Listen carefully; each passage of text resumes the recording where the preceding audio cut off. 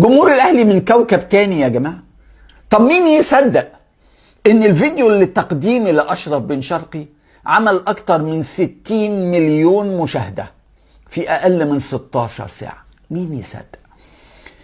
تقديم لاعب كره قدم النادي بتاعه يقدمه يجيب 60 مليون مشاهده. ايه عظمه النادي الاهلي ده؟ ايه عظمه جمهور النادي الاهلي ده؟ هتلاقي ده فين يا اشرف؟ هتلاقي ده فين يا بن شرقي؟ كريستيانو رونالدو بجبروته ده كله لما انتقل من سبورتنج لشبونه لمانشستر يونايتد ما شافوش مليون. لما انتقل من مانشستر يونايتد لريال مدريد ما شافوش اكتر من 3-4 مليون. من ريال مدريد ليوفنتوس نفس العدد. من يوفنتوس للهلال السعودي للنصر السعودي نفس العدد.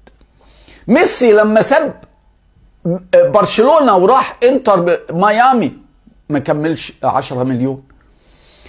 نيمار لما راح من برشلونة لباريس سان جيرمان ومن باريس سان جيرمان للهلال. اشرف بن شرقي وجمهور الاهلي عملوا رقم قياسي استحالة يتحطم. من المستحيل ان فيديو تقديمي لاي لاعب في اي نادي في العالم يوصل 60 مليون مشاهدة في 16 ساعة. الاهلي ضرب كل الارقام القياسيه. مبروك لاشرف بن شرقي. بن شرقي عرف يختار وعرف انه كان في قريه وراح منها للجنه.